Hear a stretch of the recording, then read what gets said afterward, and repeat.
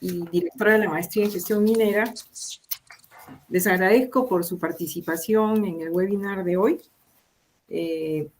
La agenda de hoy es, primero, vamos a hacer la presentación del ingeniero Govitz sobre los desafíos de la minería y luego yo voy a hacer una breve presentación sobre la maestría en gestión minera y finalmente el ingeniero Govitz va a absorber las consultas que tengan ustedes sobre la charla que es motivo de este webinar. Entonces, empezamos con la charla que estará a cargo del ingeniero Víctor Govitz. El ingeniero Govitz es ingeniero de minas de la Pontificia Universidad Católica del Perú. Tiene un MBA por ESAN, ha realizado estudios de posgrado en Wharton y en Kellogg School of Management.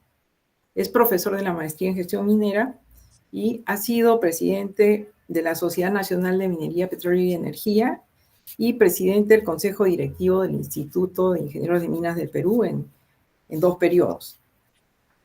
Ha sido gerente y presidente de Antamina, gerente general de Buenaventura, también en Milpo, Río Alto, Retamas, Volcan, El Brocal, ¿no? O sea, todos conocemos de su amplia experiencia y actualmente es presidente del directorio de Kia Resources.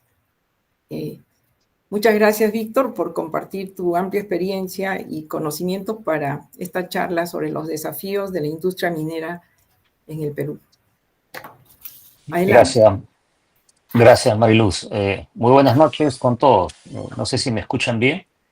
Sí, perfectamente. Sí. Y me ayuda Alex con la presentación, ¿no? Sí. Alex, por favor, ¿podrías compartir la presentación del ingeniero Govitz? Sí, por supuesto. Gracias, Alex. Bueno, es una presentación breve que lo que invita es a la reflexión y un poco quizás a las preguntas y al debate, ¿no? Empezamos con la siguiente lámina, Alex, por favor.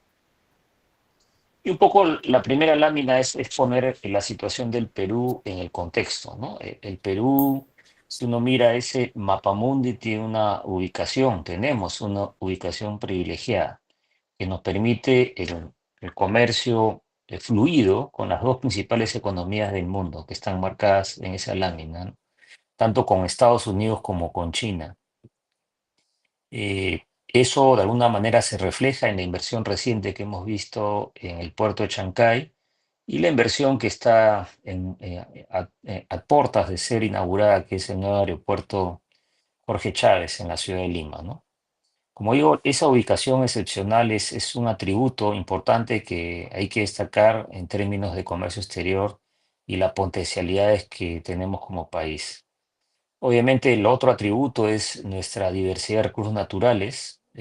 Uno de ellos es minería, de la cual vamos a hablar hoy día, pero no solamente es minería, también es en piscicultura. El mar frío del Perú permite tener una riqueza ictiológica importante. También lo es nuestros microclimas, que nos permiten tener una oferta agroindustrial muy relevante, también en el ámbito forestal. Y no puedo dejar de mencionar el gas natural, que también es otro recurso natural relevante y que nos hace ser un país con costos de energía bajos. Lo otro que hay que destacar es que es un país que ha logrado suscribir acuerdos de libre comercio con las principales economías del mundo.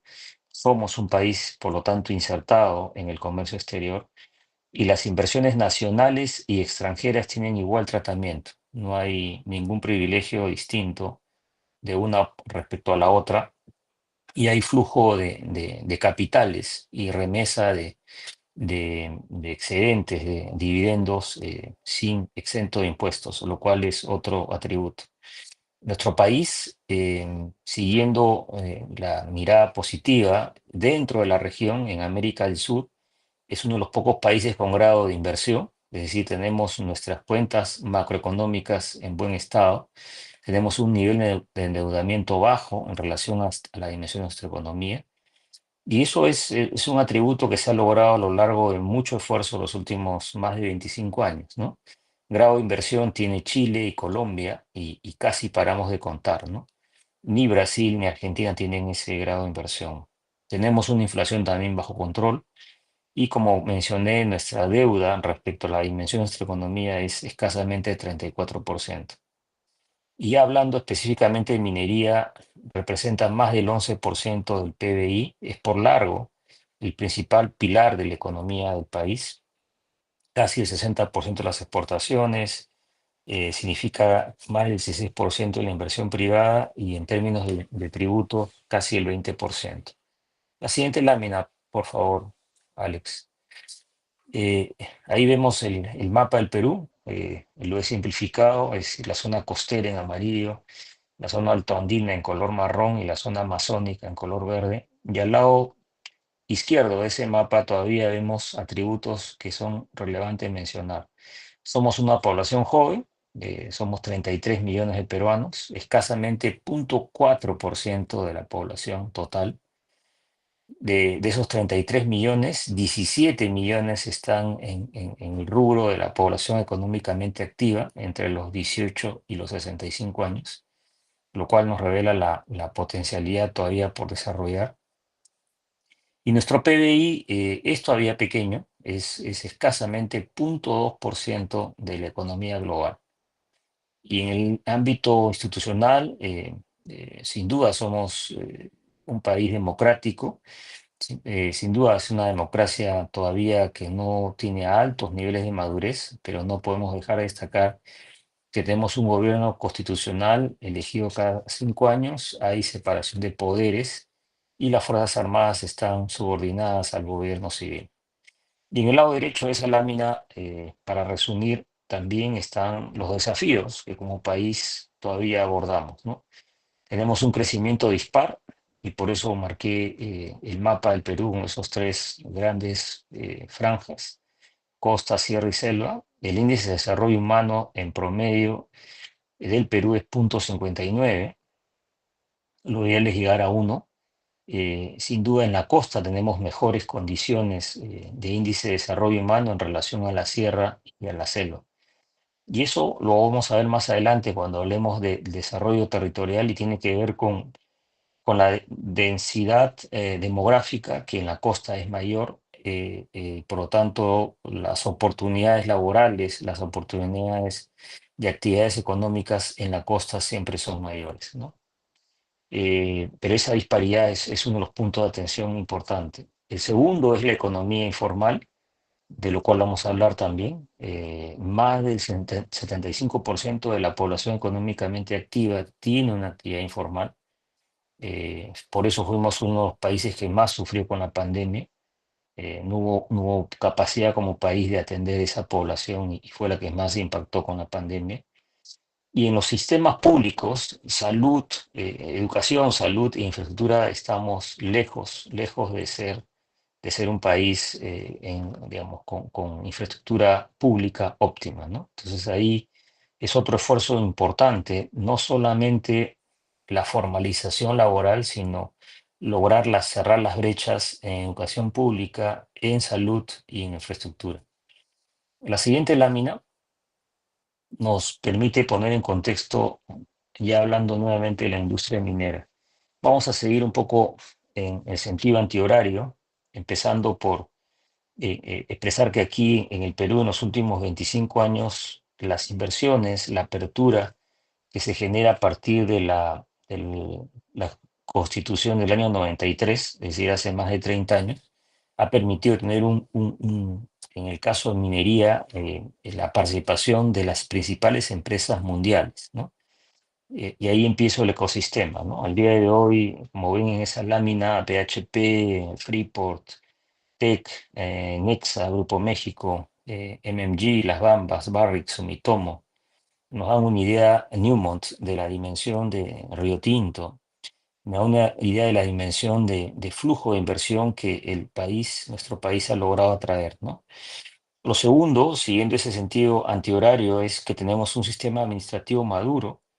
Cuando uno mira el MINEM, INGEMET, el MINAM, el SENAS, el ANA, o SINERMIN o EFA, podemos tener discrepancias, puntos de vista de cómo mejorar, sin duda, pero tenemos un sistema que no podemos negar que es maduro en relación a otras jurisdicciones.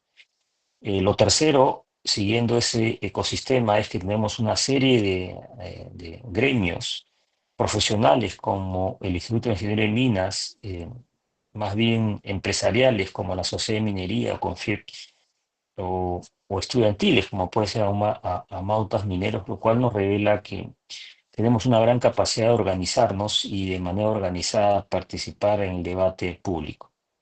Lo cuarto es un país que cuenta con un sistema de educación, un sistema, por más que he mencionado que el sistema público tiene una tremenda oportunidad de mejora, hay universidades, hay institutos, ERENS es un ejemplo de eso, que brindan servicios educativos en pos de una mejor industria minera. Lo quinto es, tenemos analistas de mercado, periodistas, personas que están permanentemente informando, y eso es parte de un ecosistema que se ha construido. Lo sexto es, tenemos firmas de ingeniería y consultoría que también son depositarias del conocimiento y que ayudan a hacer más robusto este ecosistema. Como séptimo, tenemos proveedores de bienes, de equipos, de tecnología, eh, las principales marcas del mundo y un poco acompañando el crecimiento de la industria minera, y es otra muestra de la madurez que hemos alcanzado. Y por último, y no menos importante, tenemos un sistema de servicios de terceros, contratistas especializados, que también le dan agilidad y le dan especialización a este sector. Entonces, sí, sin lugar a dudas, la industria minera no solamente genera esos tremendos resultados macroeconómicos que he mencionado, sino que genera a su vez un ecosistema profesional, laboral, muy relevante y que se retroalimenta y lo fortalece. Vamos a la siguiente lámina, por favor, Alex. Y ahí también, para resumir, está claro que el país, esto está el año 22, pero podemos mencionar cómo hemos terminado el año 24, y ahí la muestra es tratar de que se visualice cómo hemos crecido, por ejemplo, en los últimos más de 2 décadas en producción de cobre, notable el crecimiento. Es notable también el crecimiento que hemos tenido en plata y en zinc, pero no así en el oro, básicamente porque en el oro aquí se está registrando la producción formal, ¿no? La producción formal de lo que fue Yanacocha, de lo que fue Lagunas Norte, no hemos logrado reemplazarlo, ¿no? Pero, como veremos más adelante, hay una producción significativa de oro no formal, que es uno de los temas de debate y de la agenda pendiente. En esa misma lámina lo que quiero que visualicen es, todos sabemos, primero al lado derecho, tenemos un portafolio de 50.000 millones de dólares de proyectos de inversión, y claramente el más importante es el portafolio de cobre. Más del 70% de ese portafolio son proyectos de cobre. Y ahí, como ven esa lámina, hay dos grandes clústeres. Hay un grupo de proyectos en el norte, básicamente en la región Cajamarca, y una parte digamos, en Lambayeque. Y al sur tenemos básicamente lo que es Moquegua, lo que es Apurímac y una parte en Arequipa, lo que es este segundo gran clúster, ¿no? Y nos da una idea del desafío futuro, ¿no? En el caso del sur, en el clúster del sur tenemos una facilidad portuaria como Matarani, importante. Tenemos sin duda en el centro del país, en el Callao, otra facilidad portuaria importante, en Guarmey, en el caso de Antamina igual, una infraestructura portuaria importante, pero no hay lo mismo en el norte, ¿no? En el norte, ese portafolio que ven va a requerir un acuerdo, una definición y una participación público-privada para ya sea construir un puerto de exportación de concentrados en Bayóvar o en Epum. Y los números que estamos hablando son números del orden de los 5 millones de toneladas a granel al año. Para ponerlo en dimensión, eso es lo que mueve al día de hoy Matarani, ¿no? Y más o menos la cifra que se mueve en el puerto de Guarmey. Ese tipo de infraestructura está pendiente para que coadyuve, genere un círculo virtuoso para el desarrollo de los proyectos. Por eso, en la siguiente lámina, el concepto que tenemos que mirar, siguiente lámina, gracias, Alex, es entender que no solamente los temas, la promoción de la industria minera pasa por permisos, no solamente pasa por acuerdos sociales, sino también pasa por asociatividad, lograr que entre las empresas mineras hayan espacios de colaboración, espacios donde se logre sincronía y sinergia en las inversiones, ¿no? Como he mostrado en la lámina anterior, hay un gran clúster, un gran conjunto de proyectos en Cajamarca y otro tanto en el sur del Perú, y se requiere sincronía para que carreteras, puertos, líneas de energía, transporte terrestre, líneas de comunicación como Internet, todas estén en sincronía con el desarrollo de estos proyectos, y eso requiere colaboración y eventualmente infraestructura compartida, ¿no? Porque la infraestructura compartida puede hacer la diferencia para que estos proyectos tengan retornos de inversión atractivos y que se lleven a cabo, ¿no? No hay que olvidarse que esos 54.000 millones de dólares que he mencionado, que se desglosan en muchos 27 proyectos, se van a llevar a cabo en la medida de que se acredite, cuando se hace el estudio de factibilidad, se acredite de que los retornos de inversión son los adecuados. Para un país como el nuestro, seguramente en torno al 15%. Es decir, tienen que tener una tasa interna de retorno no menor a 15%. Y una manera de lograrlo es cuando los atributos del propio proyecto, volumen o leyes, lo permite. Pero la otra manera es tener una mejor infraestructura que nos permite tener inversiones iniciales menores, o una logística que nos permite operar con menores costos. Entonces, en esta suerte de lograr de que ese portafolio se lleve a cabo, un grande punto en la agenda es lograr de que las empresas mineras comiencen a tener miradas conjuntas y colaborativas en lo que se refiere a infraestructura, como he mencionado hoy en esa lámina, ¿no? Vamos a la siguiente, ya para entrar a la materia per se. En general, al día de hoy, esta es una reflexión que se ha hecho en su momento en la sociedad de minería, es decir, cuáles son los temas de agenda, y en general los hemos resumido en tres, ¿no? El tema de la formalización minera es un tema que tenemos que abordar como país de manera seria, de manera consensuada. Caso contrario, estamos dejando espacio para que economías ilegales, yo no digo que todo informal o todo pequeño minero es ilegal, pero sin duda estamos dejando espacio para que cada vez penetre más la criminalidad en esta actividad económica. Entonces tenemos que formalmente, valga la redundancia, trabajar para que logremos acelerar la formalización y de esa manera sacar de ese espacio la criminalidad. El desarrollo territorial es el segundo gran desafío. Como han visto al inicio, somos un país con crecimientos dispares, con una vía costera seguramente con problemas de tránsito, sin duda, pero con una vía costera donde hay servicios de entretenimiento, educativos, servicios portuarios, servicios aeroportuarios, que nos permiten tener una conectividad con el mundo y un estándar de vida bastante adecuado. Pero no pasa eso lo mismo en la zona altoandina y no pasa eso en la zona amazónica. Sin duda es consecuencia de lo agreste que es nuestra geografía, pero tenemos que en el desarrollo del portafolio de proyectos poner eso en relevancia, ¿no? ¿Cómo construimos como país a través de los proyectos mineros? ¿Cómo logramos construir corredores económicos que nos permitan integrar territorios altoandinos con espacios costeros? Y el tercer tema, seguramente también hemos hablado bastante del tema, que es esto que en inglés se llama el red tape, ¿no? Hemos querido resolver el mundo a partir de más normas y más normas y más normas, ¿no? Y en lugar de agilizar y lograr mayor predictibilidad en las inversiones, ha pasado todo lo contrario. Hemos perdido el paso en las exploraciones, hemos perdido el paso en el desarrollo de los proyectos, y tengo que destacar, en este gobierno, en el gobierno actual, hay un esfuerzo desde el Ministerio del Ambiente, por lo menos en hacer una reflexión y un esfuerzo de darle agilidad y predictibilidad sin bajar los estándares, ¿no?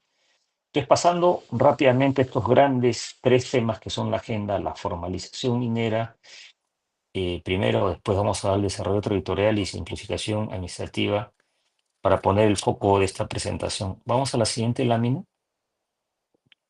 En esa lámina lo que ustedes pueden ver es nuevamente el mapa del Perú y todas las zonas donde se ha detectado presencia de actividad informal, ¿no? Y como verán ahí, quizás lo que saben los medios, lo más dramático, es lo que está sucediendo en La Libertad, ¿no? En la zona del Batolito de Patas. Sin duda, una explicación geológica es que ahí en esa zona las leyes, los contenidos de auríferos son mayores y eso revela que detrás de esto hay pues todo un tema de codicia, ¿no?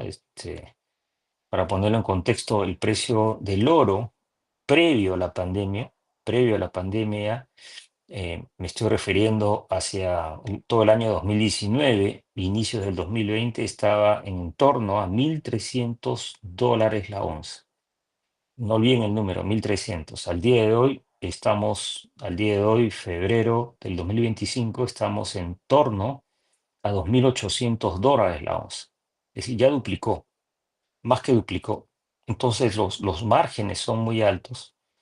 Estos son sitios remotos, poca presencia del Estado, y hemos creado un sistema muy pernicioso que sin duda nació con buenas intenciones, no puedo pensarlo nada distinto, el famoso Reinfo, nació con buenas intenciones, pero nos ha puesto al país en complicaciones mayores. Lamentablemente esta minería aurífera informal, bajo este sombrero de legalidad que es el Reinfo, ha crecido y ha llegado también a la zona cuprífera. Hay mucha actividad cuprífera en el corredor sur del Perú y esos minerales de alta ley, sin duda de cobre, bajan hasta a varias plantas que se han instalado entre Nazca y Carabelí, que está también marcado en el plan. Es decir, si no detenemos, si no construimos una solución integral, esto se vuelve complejo. Recientemente la Sociedad de Minería hizo una evaluación y la pérdida del PBI es en torno a 2,5% del PBI, que es un poco la tasa de crecimiento, ¿no? El año pasado hemos terminado creciendo como país 3,2 y le da a un poco la idea del potencial que podríamos lograr si logramos no proscribir, y repito eso, no es proscribir, sino formalizar y formalizar genuinamente. Un tema importante de la cual desde la Sociedad de Minería, que hasta hace pocos días tuve el honor de presidir, el concepto de la trazabilidad, ¿no? Necesitamos la trazabilidad del mineral que se extrae de un socavón, que se extrae de una labor aluvial. Tenemos que esa trazabilidad llevarla hasta la comercialización final. Y para eso se requiere la trazabilidad de los insumos que se emplean. La trazabilidad de los explosivos son claves en minería de vetas angostas. La trazabilidad del consumo de petróleo es clave en minería aluvial. La trazabilidad del consumo de energía en minería de vetas angostas, donde se tratan en plantas de cianuración, es fundamental. El control de los insumos químicos, como el cianuro, son fundamentales. Ahí sí, la proscripción del uso de mercurio tiene que ser imperativo. Y obviamente, no menos importante, la trazabilidad de los fondos económicos, ¿no? Esta actividad ha crecido, está en torno a los 4 millones de onzas anuales. Nuevamente regresen a esos precios de más de $2.800 la onza. Les da una idea de la magnitud. La magnitud, estamos hablando de billones de dólares que tienen que estar bancarizados y que por lo tanto la unidad de inteligencia financiera, la SUNAT, tienen que ser parte de este esfuerzo de la trazabilidad. La trazabilidad plena, como dije, desde el inicio hasta el fin y entendiendo toda la cadena productiva, va a ser clave para saber quién es el beneficiario final y qué ajustes hay que hacer para lograr la formalización. El reinfo es un concepto que nació de una sobresimplificación del tema y claramente el meollo es lograr de que se hagan acuerdos con el titular de la concesión minera, que sean acuerdos que se respeten, que sean equitativos para todas las partes y que, como dije al inicio, saquen digamos, a los intermediarios que ven esto en una oportunidad para de alguna manera poner dinero de procedencia dudosa dentro de esta actividad económica. Creo que el potencial es muy alto, en el buen sentido de la palabra. Creemos de que la forma como se opera la cadena productiva, desde la exploración que se hace de manera parcial, desde la actividad minera propiamente subterránea o en placeres que se hace de manera parcial o con poca técnica, los procesos de tratamiento, la comercialización, la compra de insumos en un mercado poco transparente, todo está plagado de ineficiencias y por lo tanto la formalización per se además va a traer mayor productividad. En mayor productividad y esa mayor productividad va a pagar, vamos a ponerlo así en términos simples, va a poder compensar el costo que significa ser formal.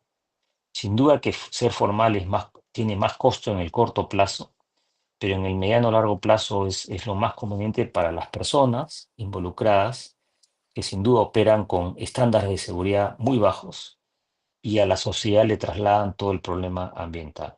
Entonces, el tema de la formalización minera aurífera y ahora también cuprífera es uno de los temas pendientes y hay que verlo como una oportunidad de formalización de una parte importante del mundo laboral del Perú, ¿no? Se estima que en estas actividades no formales pueden haber alrededor de 500.000 personas, ¿no? Si ustedes ven, es una cifra muy importante de alto impacto si logramos como país, como digo, discutir y consensuar. Al día de hoy hay una discusión en el Congreso que pretende reemplazar el REINFO vía una ley MAPE, una ley de minería artesanal y pequeña escala. Eh, Han habido varias dificultades en eso porque hay claramente un sesgo a favor de justamente legislar para mantener el status quo y como dije al inicio, mantener el status quo va a significar dejar espacio para que las economías ilegales participen de esta actividad, ¿no? Vamos a la siguiente lámina. El segundo gran desafío del país, que no solamente es minería, ¿no? Pero es bueno entenderlo, es un desafío geográfico, ¿no? Nosotros tenemos frente a nuestra costa un fenómeno geológico de gran magnitud, que es una gran placa de subducción, una placa tectónica que está ingresando hacia la zona continental, que explica la sismicidad de nuestro territorio, pero que a su vez explica la formación de los Andes, el recrecimiento, lo agreste que son nuestros Andes, y a su vez explica la riqueza minera, ¿no? Todo eso se conjuga por este efecto inicial que les he comentado, esta subducción, esta placa tectónica que se le llama placa de Nazca, que ingresa hacia la zona costera, hacia la zona continental. Aquí, en los años 80, el geógrafo Javier Purgal Vidal fue más detallado de lo que yo dije en la primera lámina. El país no es costa, sierra y selva. Él define ocho pisos ecológicos distintos y 8 pisos con diferentes potenciales económicos, ¿no? Con diferente flora y fauna, obviamente con diferentes desafíos, y que, claro, esto puesto en el contexto minero es lo que les comentaba, ¿no? En el momento que uno desarrolla un proyecto minero, tiene que pensar en cómo ese proyecto a su vez se convierte en un catalizador de esta inclusión, esta mirada de corredores económicos transversales, ¿no? Que integren la zona la altoandina con la costera, porque, como también lo vimos en la presentación, siendo 33 millones de peruanos, 0,4% de la población mundial, es poco sensato decir de que nuestra economía va a ser autárquica, ¿no? Que solamente voy a producir para el mercado interno. Tenemos que tener la capacidad de ser más amplios en mirada y ser conscientes que con ese tamaño de territorio y con esa población, nuestra mirada siempre tiene que ser exportadora, ¿no? No solamente minera, me estoy refiriendo en general exportadora, ¿no? Pero la siguiente lámina, no voy a tomar mucho tiempo, ahí está el concepto que muchas empresas mineras de gran dimensión lo trabajan. Antamina es una excepción, no es una excepción, hasta hace muy pocos días he estado ahí. Ahí está mirada del desarrollo del territorio y es crear capacidades a nivel local para que se construya esa mirada de manera consensuada y juntos, ¿no? No de arriba hacia abajo, sino de abajo hacia arriba como corresponda, ¿no? Como corresponde. Y lograr de que la institucionalidad pública madure, crezca y finalmente asuma en sus manos el futuro. Es el concepto del desarrollo territorial. Cuando uno mira ese portafolio de cobre, esos dos grandes clústeres, se ve claramente que hay una tremenda oportunidad de crecer en producción de cobre y, ¿por qué no, ser el primer productor? Y eso va a traer un desarrollo del territorio, un desarrollo de capacidades exportadoras que van a terminar siendo una sinergia para toda la economía del país, ¿no? Y ya para terminar, el tercer gran desafío que tenemos como país es la siguiente lámina, Alex, por favor, es la simplificación administrativa, ¿no? Da la impresión que el Estado, cuando ha ido creciendo y se ha encontrado con estos nuevos desafíos, su respuesta ha sido más regulación y más regulación, ¿no? Y en esa lámina, lo que yo he querido hacer muy visible es cómo ha variado del año 2001 al 2016. Tengo que actualizarlo, tengo que llevarlo al 24, pero como en el año 2001 habían doce procesos administrativos para sacar adelante un proyecto y al día de hoy hay 265, ¿no? Entonces, ustedes comprenderán, es también parte del problema de la informalidad, ¿no? Eh, este esfuerzo de trámites administrativos, como se dice en inglés, de red tape, lo pueden abordar las empresas de gran dimensión y de tamaño mediano, y uno para de contar, ¿no? Entonces es algo muy, muy importante. Y de alguna manera, seguramente ustedes lo están viendo todos los días, es una discusión y una reflexión mundial. Es una reflexión que está en el gobierno, en el nuevo gobierno de Estados Unidos. Están tratando de ver, han creado, entiendo, un SAR, ¿no? Que va a tratar de simplificar los procedimientos, y algo parecido en la región está pasando en Argentina. Entonces, hemos tenido una ola así de sobreregulación y nos hemos trabado y nos hemos puesto en una condición poco propicia para darle, de promover la inversión, ¿no? Entonces, como lo mencioné también, esa misma reflexión, tengo que reconocer, está en el gobierno.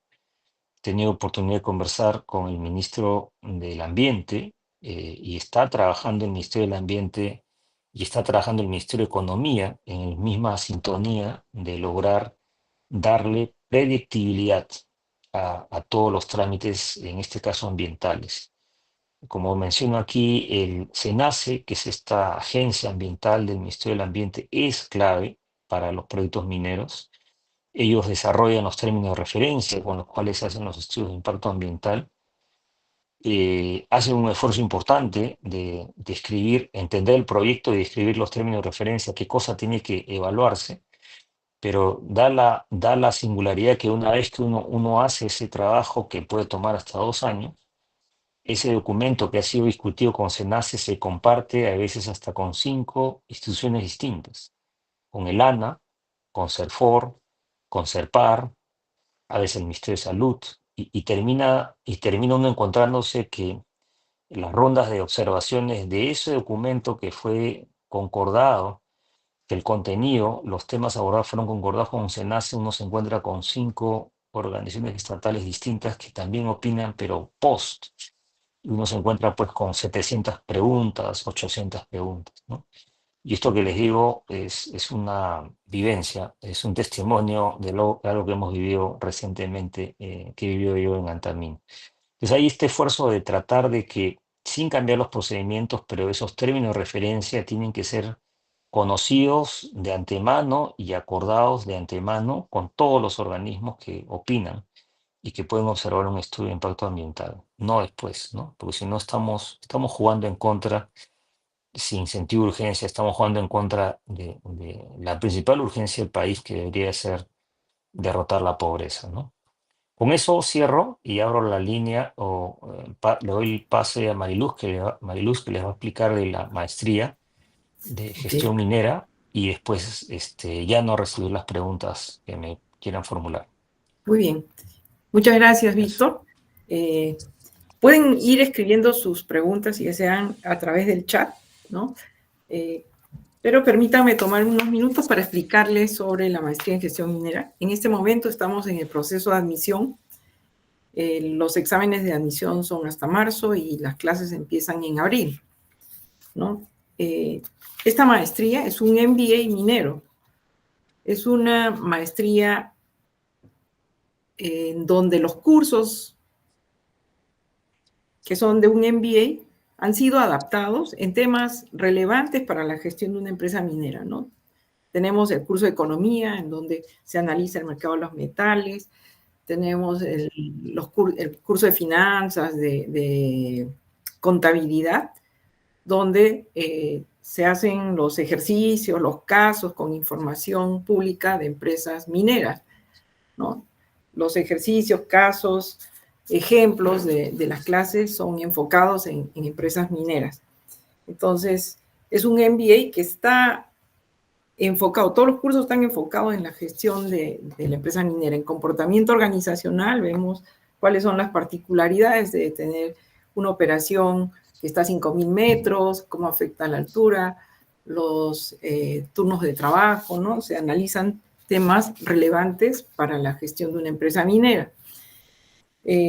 Nuestra plana docente también es una plana docente que integra profesionales como Víctor Govitz, gerentes importantes de empresas mineras, ¿no? Ya sea también, además de los gerentes, gente que ha hecho consultorías para empresas mineras, ¿no?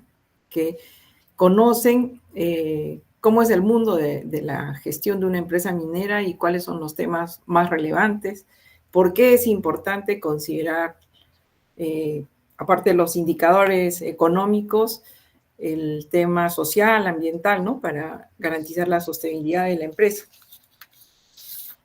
Tenemos también otra característica diferenciadora, es que esta maestría está diseñada teniendo en cuenta que los alumnos son personas que no se dedican 100% a estudiar, sino que son padres de familia, tienen muchas responsabilidades en las empresas y hacen un esfuerzo grande para estudiar una maestría, ¿no?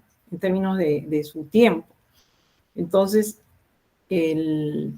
las metodologías de enseñanza incluyen estas herramientas andragógicas, ¿no? Herramientas para personas que trabajan, estudian y tienen responsabilidades familiares. Además, digamos, como los beneficios directos para los participantes están la posibilidad de desarrollar conocimientos y habilidades de gestión, ¿no? Van a entender mejor el lenguaje de negocio, cuál es la lógica de crear valor. Van a ver en los cursos de estrategia cómo se relacionan los activos intangibles con los activos tangibles para poder crear valor de manera rentable y sostenible. También van a poder participar en la Semana de Colorado, ¿no? Esta certificación de Colorado School of Mines pesa mucho en las hojas de vida de los participantes. Muchas veces nos han llamado empresas reclutadoras a preguntar si es que determinada persona ha seguido este programa, ¿no? Entonces, Colorado School of Mines es la mejor escuela de minas del mundo, entonces nuestros alumnos tienen la oportunidad de participar en ese programa. Y lo otro es que los cursos tienen un enfoque práctico, o sea, lo que aprende en las clases lo puede aplicar directamente en su empresa. y lo otro es ampliar la red de contactos, ¿no? Están 2 años interactuando con tus compañeros de estudio y también están incorporados en la red de exalumnos, cuando van a ser incorporados en la red de exalumnos cuando terminen la maestría, ¿no? Entonces, eso es en resumen, digamos, un resumen de las características diferenciadoras de nuestra maestría y los beneficios para el participante. Tenemos ahora una breve encuesta y les voy a agradecer que por favor la llenen. Queremos recabar información sobre las personas interesadas en esta maestría y también queremos que nos den su opinión sobre los temas que a ustedes les parecen más relevantes para programar los webinars futuros auspiciados por la maestría en gestión minera, ¿no? Les agradecemos por su participación y, bueno, vamos a dar unos minutos para que puedan enviar sus preguntas también, ¿no? Voy a ver si es que ya hay algunas preguntas que han planteado los participantes. Una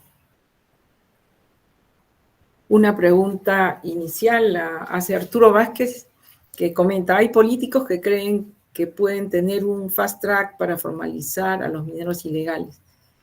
¿Cree que eso pueda ser posible, considerando que existe mucha politización en el tema?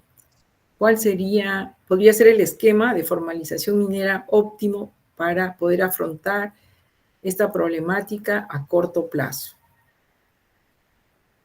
Sí, te agradezco la pregunta, Arturo. Es una pregunta bien relevante y me permite explayarme en un detalle, ¿no? Eh, Hace 20 años, un poco más, cuando se plantea la regionalización del país, uno de los errores que como país cometemos es otorgarle a los gobiernos regionales el ámbito de otorgar permisos de fiscalización a la pequeña minería.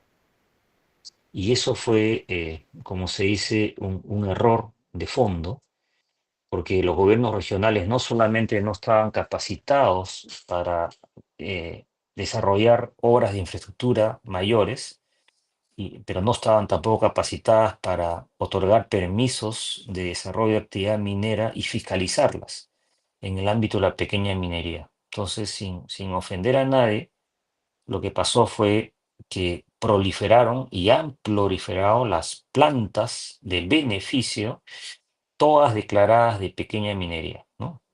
Es un primer punto que hay que, la pequeña minería es menos de 350 toneladas por día. Primer punto a evaluar si realmente cumplen con estar debajo de esa capacidad. Lo segundo es quién fiscaliza esos estándares y quién fiscaliza el modus operandi. Y como son plantas y la planta es un eslabón importante de una gran cadena productiva, ¿cómo alimentan esas plantas? Las alimentas con mineral de reinfo. Entonces, has creado un desbalance en el mercado, has creado un incentivo perverso. Y eso, ¿cómo se corrige? Nuevamente con la trazabilidad, ¿no?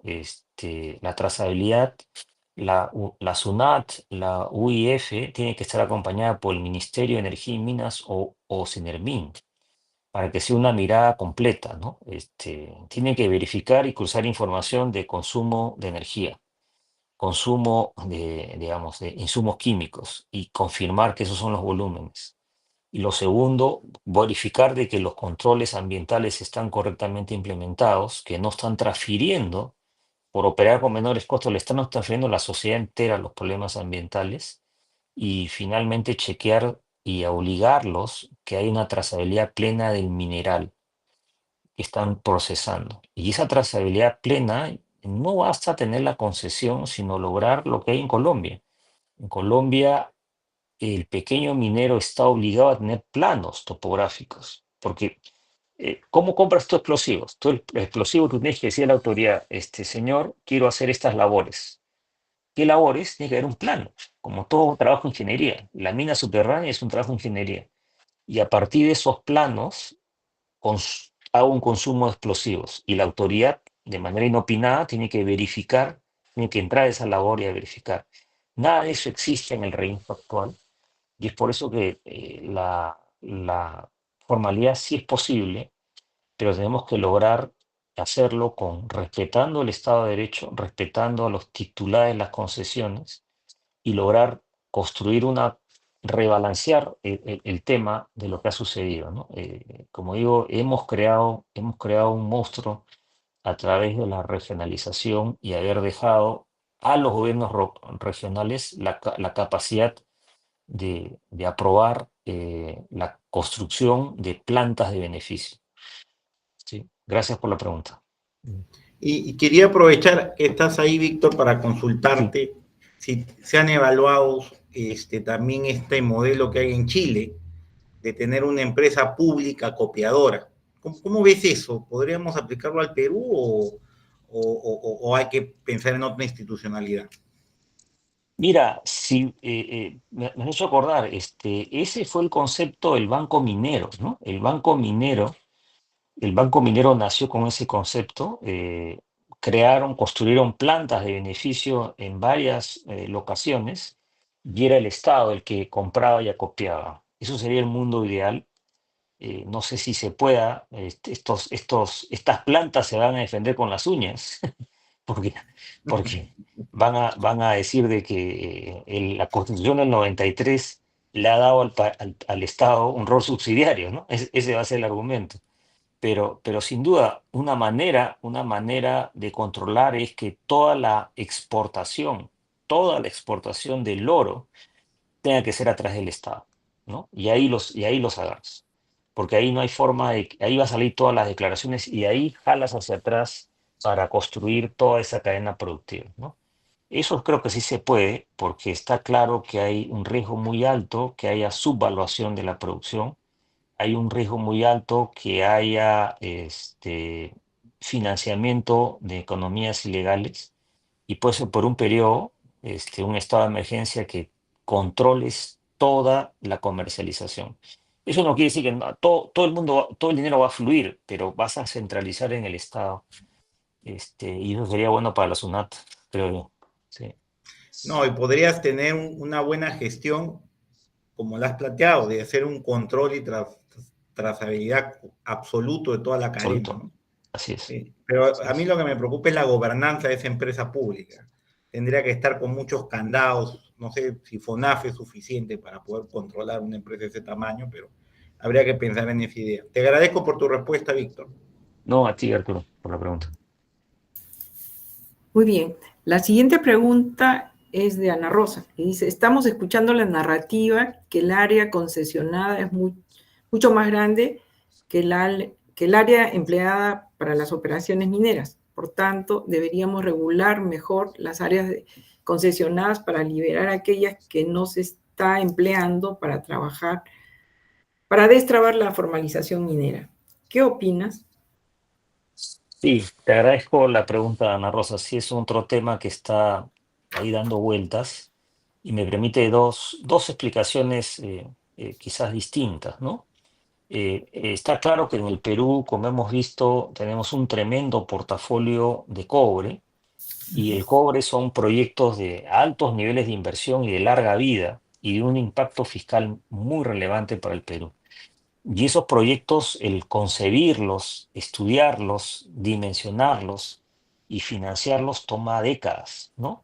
Además de los permisos que hemos visto que toman tiempo. Entonces, pensar de que le podamos cortar la vida a los proyectos, ponerle fecha, es imponerse la realidad, ¿no? La realidad, los recursos naturales no es que excavo y produzco cobre, ¿no? Tienen diferentes mineralogías, diferentes tratamientos.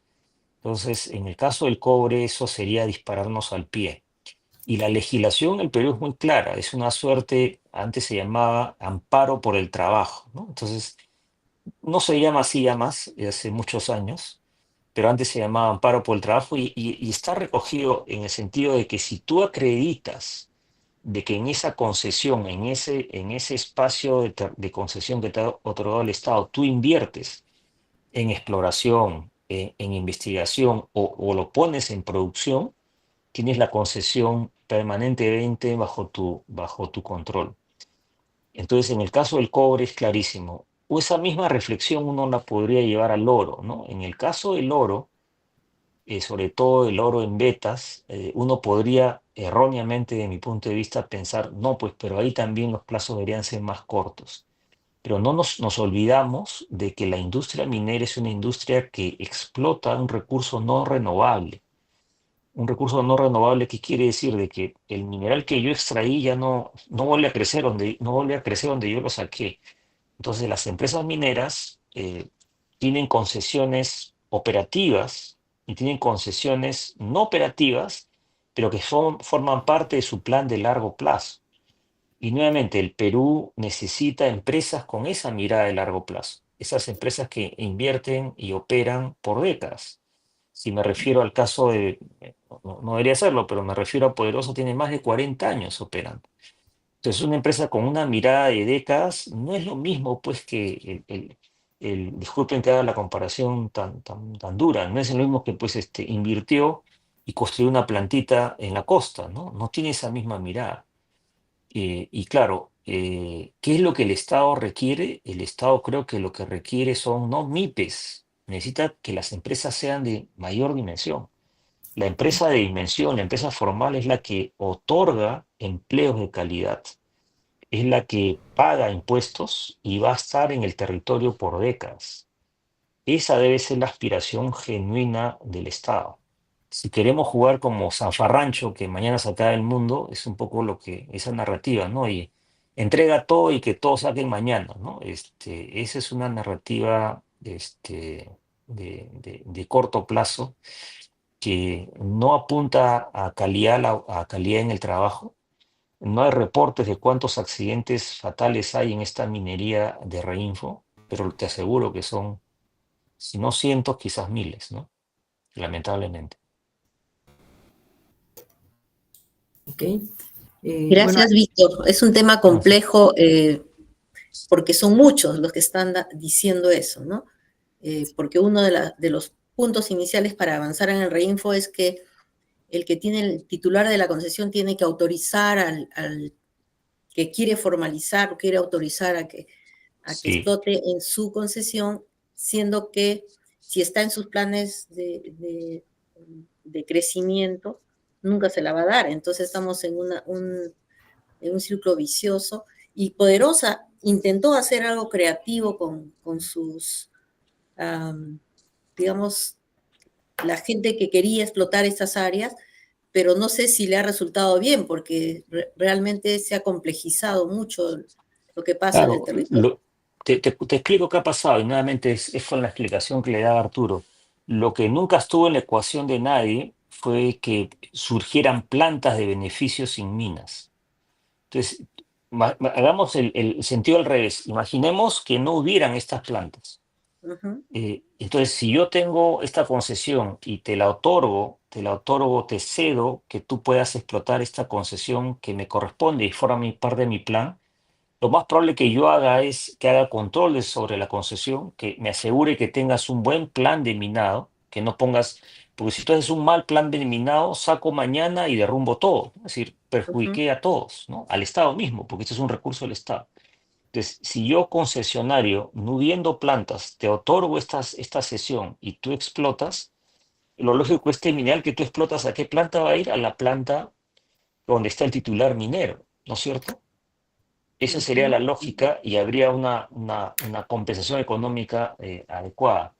Pero surgen estas plantas y estas plantas rompen ese equilibrio y hipótesis, el trabajo, hipótesis, lo vuelvo a repetir, es que cómo es que funciona que prefieren sacar mineral de manera ilegal y en lugar de entregarlo en patas, lo bajan hasta la costa.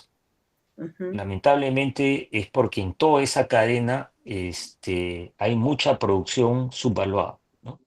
Y hay mucha producción no registrada y hay muchos pagos en efectivo no registrados. Uh-huh. Han creado un incentivo perverso y por eso te digo, ¿quién puede estar interesado en eso? Lamentablemente, economías ilegales. Entonces, eso hay que sacarlo de la ecuación porque hay algo que no cuadra. Como te vuelvo a repetir, ¿cómo así haces algo todo ilegal, compras explosivo con sobrecosto? Para bajar el mineral tienes que comprar conciencias, vamos a llamarlo así. Y Cojinear. finalmente y finalmente lo transportas distancias más largas que llevarlo a patas. Ujú. ¿Cómo cierra esa Con la ecuación? lógica, claro. Porque hay subvaluación y porque hay transacciones en efectivo no registradas, ¿no? Lamentablemente. Y es por eso Claro. esa hipótesis requiere al Estado, a la SUNAT, a la UIF, que entren y miren eso, ¿no? Porque podría, y vuelvo a decir, podríamos estar beneficiando economías ilegales, ¿no? En un mundo donde tenemos tanta informalidad, se confunde, todo está confundido. Pero sí, es un gran desafío para las mentes brillantes, ¿qué se puede No, hacer no, para... no es una ecuación fácil de resolver, no, No, no es fácil, no. no. Simplificarla puede haber sido, como mencionaste, el punto de partida de muchos errores que ahora estamos pagando, ¿no? Ujú. Sí, va a tener que haber también consensos, o sea, el diálogo y la conversación para Mira, y llegar a sin duda consensos. es un buen punto de discusión y de reflexión en Gerex, ¿no? Digamos Sí, sí, que sí, sí, tengamos esos espacios para poder construir podríamos o debatir, ¿no? debatir el tema, ¿no? Abiertamente, ¿no? Escuchar todas las voces Sí. para poder llegar a un punto de consenso. Gracias, Víctor. Hay una pregunta de José Paredes, pero es de la maestría ya, y consulta si él como ingeniero mecánico podría participar en la maestría en gestión minera. Y Oh, bueno, sin la duda. respuesta es que sí, sin duda, tenemos profesionales de todas las áreas, porque esta maestría es una maestría en gestión, o sea, es en administración. Lo que va a aprender como ingeniero, lo que sabe como ingeniero mecánico lo va a poder complementar con competencias de gestión, entender mejor la economía minera, entender costos, va a entender qué cosa es el EBITDA, el EVA y todos los indicadores que como gerente va a tener que manejar.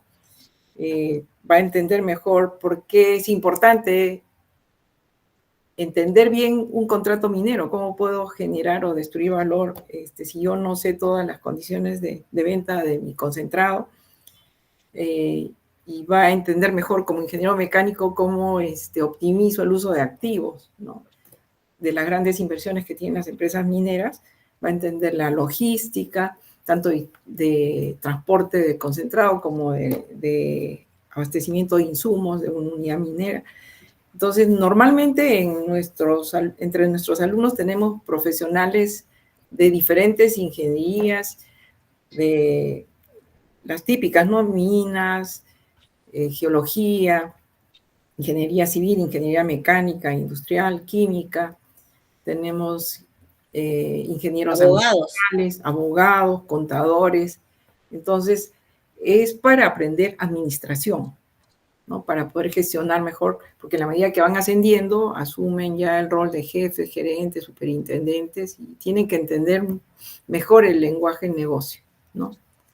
Entender mejor los indicadores financieros y ver cómo desde mi posición puedo aportar en la creación de valor para la empresa minera, ¿no? Entonces, sin duda puede participar.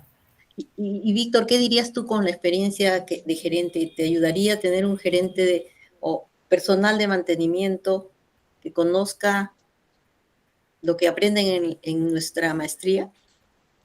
No, sin duda, porque, digamos, como bien lo ha dicho Mariluz, al final entiendes el negocio minero, ¿no? Y quizás con un ejemplo práctico, tú puedes tener un equipo en el cual, con una lógica solamente mecánica, le pones un montón de dinero en repararlo, en lograr que la disponibilidad sea cercana al 95%. Pero ese equipo no es el más importante en la cadena productiva, ¿no? Hay otros que son más importantes. Entonces, si tú no conoces el negocio minero y cómo impacta a cada equipo, no puedes tu conocimiento mecánico ponerlo en favor de lo mejor para la empresa, ¿no? Del negocio minero.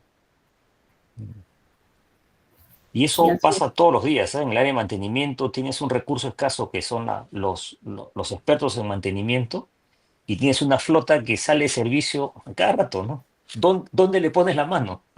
¿Dónde le pones los recursos escasos tienes que entender la cadena productiva porque quizás le pones el esfuerzo a las perforadoras y tienes un exceso de perforadoras que no son el cuello de botella. El cuello de botella está en la pala. Entonces tienes que parar la reparación de la perforadora para poner todos los productos en la pala, porque la pala tiene un impacto más grande en la cadena productiva, ¿no? Cosas como eso. Ujú. Todos los días, ¿no? Ese es un debate de todos los días en las minas. La gestión de Muchas activos, gracias. como dijo Mariluz, ¿no? Ok, y finalmente, Iván Menacho, bueno, Ese es mi amigo. dice mucho, ¿no? Sí, sí. Por la exposición y el tema de Un formalización, abrazo, Iván. precisamente. Hola Víctor, ¿qué tal? ¿Cómo estás? Buenas noches. Sí, en realidad, ahí Yo como siempre muy lo clara bromeo tu a Iván. posición. Yo bromeo, a Iván me conoce cuando yo era cachimbo. Y Iván está igualito como el primer día que lo conocí. Así Wow, es. ¿cuál es la receta? Sí, sí, sí, sí, sí. Bueno, no, Sí. ¿verdad, Víctor? Ya yo también he estado en el tema de un diplomado en Jerez, que tú también fuiste mi profesor.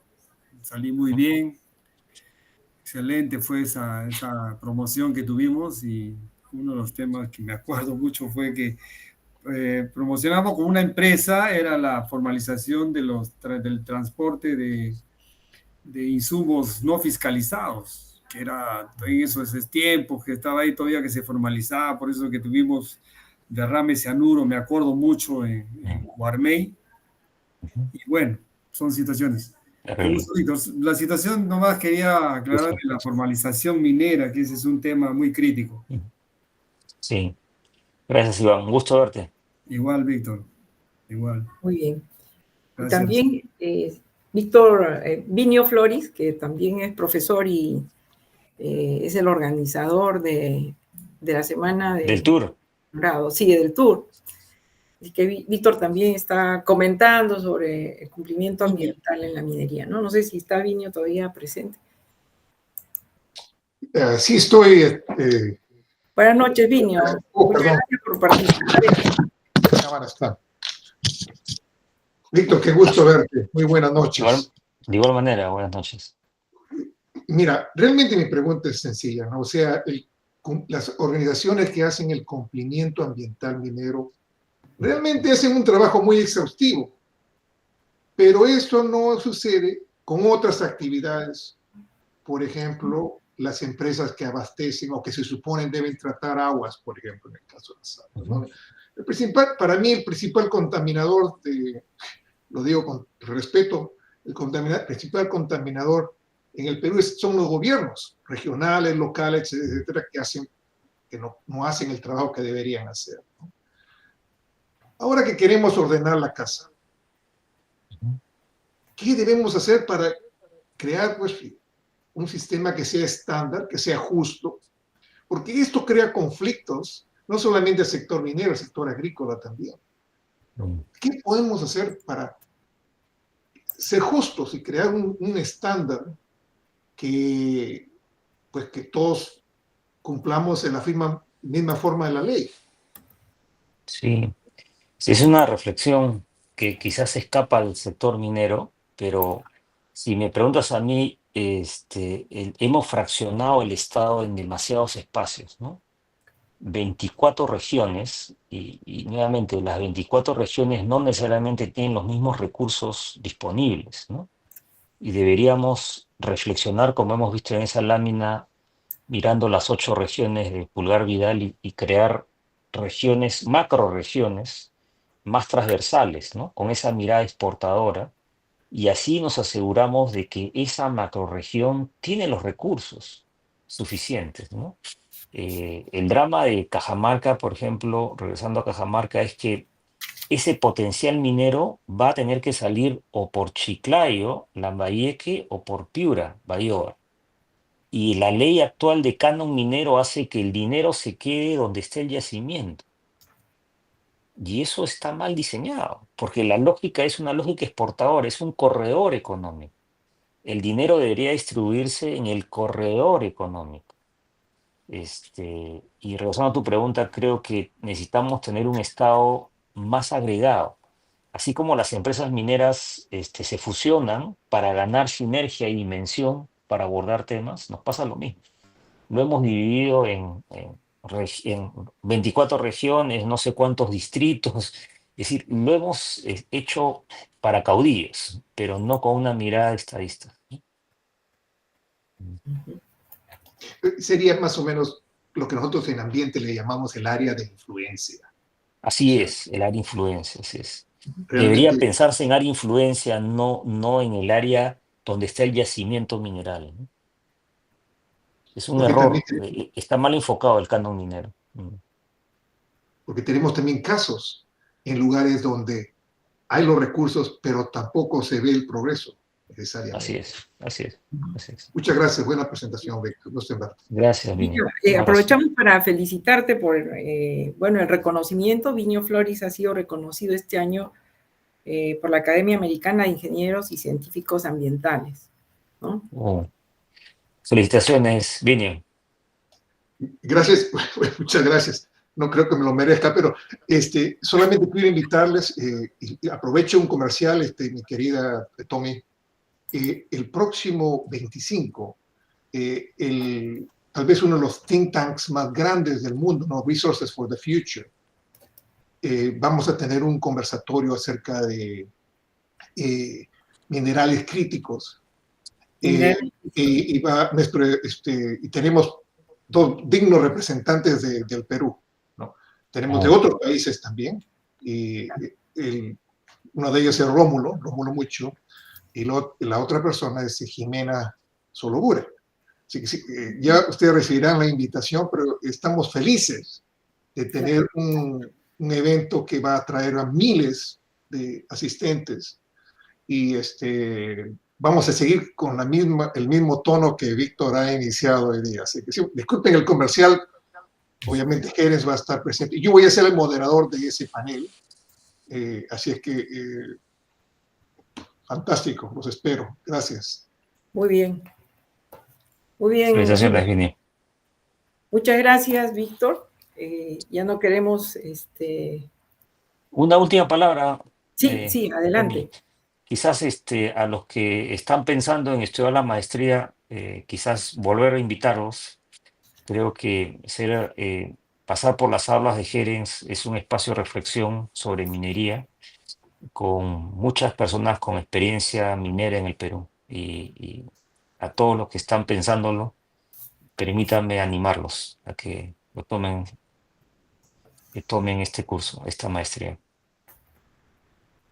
Muchas gracias, Víctor. Agradecemos enormemente tu tiempo, compartir todos tus conocimientos y bueno, no queremos ya quitarte más tiempo, sino volverte a agradecer enormemente. Muy bien. Gracias a todos. Buenas noches. Hasta luego, Víctor. Gracias, Tommy. Chao. Gracias. Chao. Gracias a todos por Con su todos. participación. Muchas gracias. Chao.